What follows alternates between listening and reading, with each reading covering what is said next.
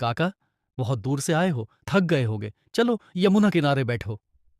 जैसे ही पर्दे हटे और नहरमल जी ने बांके बिहारी की छवि देखी, उन्हें वही मुस्कान याद आई जो उस बालक के चेहरे पर थी। किसे ढूंढ रहे हो भाई?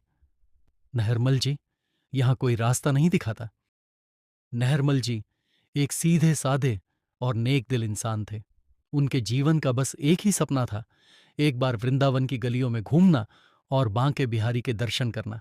लोग कहते थे कि वृंदावन जाने के लिए साधन और समय चाहिए, लेकिन नहरमल जी कहते थे, जब बुलावा आएगा तो न साधन रुकेंगे और न ही समय। एक बार कार्तिक का महीना था। नहरमल जी अपनी छोटी सी पोटली लेकर निकल पड़े। जैसे ही उन्होंने वृंदावन की पावन मिट्टी पर कदम रखा, उनकी आंखों में आंसू आ गए। उन्हें ऐसा लगा जैसे वे अपने घर वापस आ गए हों।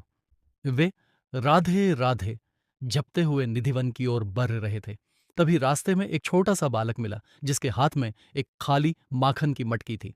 उस बालक ने नहरमल जी का कुर्ता खींचा और मुस्कुराते हुए कहा, काका, बहुत दूर से आए हो, थक गए होगे, चलो यमुना किनारे बैठो। नहरमल जी चकित रह गए। उन्हें लगा शायद यह कोई स्थानीय बच्चा है, पर उसकी बातों में एक अजीब सा अपनापन था। उस बालक ने उन्हें मंदिर का सबसे छोटा और सीधा रास्ता बताया और भीड़ से बचाकर सीधे गर्भगृह के पास पहुंचा दिया। जैसे ही पर्दे हटे और नहरमल जी ने बांके बिहारी की छवि देखी, उन्हें वही मुस्कान याद आई जो उस बालक के चेहरे पर थी।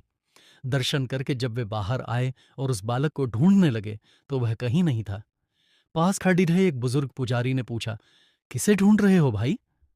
नहरमल जी ने जब बालक का हुलिया बताया, तो पुजारी जी मुस्कुराए और बोले, नहरमल जी, यहां कोई रास्ता नहीं दिखाता।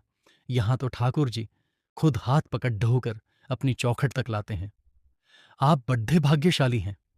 नहरमल जी समझ गए कि वृंदावन की महिमा सिर्फ पत्थर और गलियों में नहीं, बल्कि उस भाव में है जिसे भक्त अपने साथ लेकर आता है। वे खाली हाथ गए थे, लेकिन अपने साथ राधे नाम की वो दौलत लेकर लौटे जो कभी खत्म नहीं होने वाली थी। ये कहानी भक्ति और समर्पण को दर्शाती है, जो नहरमल जी के व्यक्तित्व को एक नया आयाम देती है।